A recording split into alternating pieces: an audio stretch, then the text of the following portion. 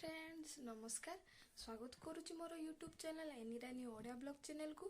तो आपण मैंने केमिति अछंती आशा करुच्ची आपण मैंने बहुत भलरे थिबे और भगवान को पाखरे प्रार्थना मध्य मोर कि आपण मैंने समस्ते भलरे थांतु। तो कहबा गले सकाळर ब्रेकफास्ट काम दाम सब सरी जाइछि। तो एबे रोषे करबा को जीबी कौन कौन रोषे करी आपण मान सब किछि शेयर करी। चलतु देखा ये कौन आनी कौ माछ आनी। फ्रेंड्स एबे मु माछ रे हळदी लुण गोळेकी रखी देइछि। तो फ्रेंड्स माछ रे तो हळदी लुण गोळेकी रखीदेली। तो एबे जीबी मु चुली रे भात बसेवा पई भात बसेकी आसला परे मु माछ तरकारी करिवि। तो फ्रेंड्स देखंतु मु कहिथिली जे हळदी लुण रे माछ गोळेकी रखिछि ये। तो आमर तेल गरम हो गलानी तो सेतरे माछ गुड़े को भाजी नवा।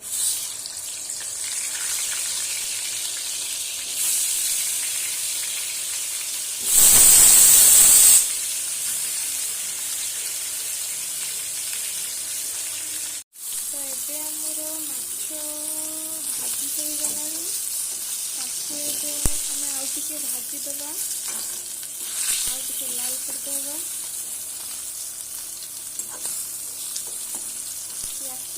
माछ को बनेगा हमें माछ आंबुल दिया खट्टा कहीं माछ आंबुल दिया खट्टा बहुत बढ़िया लगे भात सहित खाई बहुत भल लगे। तो से आज आंबुल दिया माछ खट्टा देखु आमर गेट सामने केड़े बड़ षंढटे ठिया होइछि।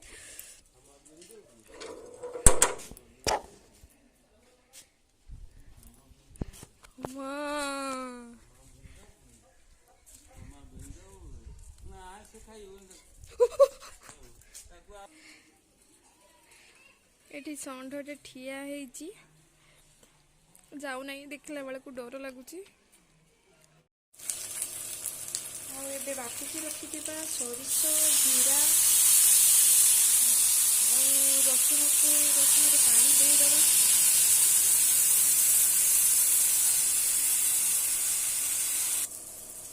तो एबे टिके हळदी दे दबा कहीं हळदी कम हो जाइए टिके हळदी दे दबा।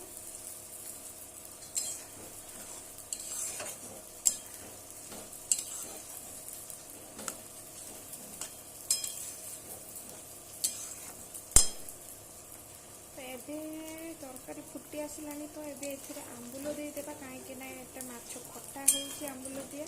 तो सेत पे हम एथिरे आंबुल दे देबा। आंबुल दे देली तो एबे चाखिबा को पड़िबो आ टिके परे कि खट्टा केते हेइछि। खट्टा कम हेइ थाए तो आउ गोटे आंबुल दवा पई पड़िबो नचेत जदि नइता ठीक हेइताए तो दवा पई पड़िबो नाही। लुण भी चाखिबा को पड़िबो। तो एपटे हमर बैगन भजा रेडी हो गलानी आपको उल्टे की देखि नबा।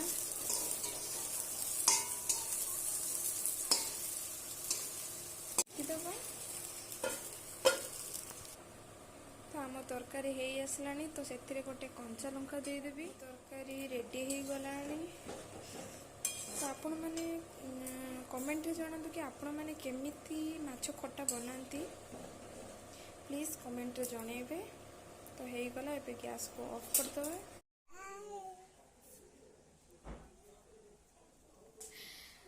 तो फ्रेंड्स एनिक देखिले केते बदमाश होउछि जे मोबाइल रे कहउछि हाय बोली। तो प्लीज आप मैंने वीडियो को देखंतु और टिके भी भल लगे प्लीज टिके लाइक कर दियंतु मो चैनल को सब्सक्राइब कर दियंतु।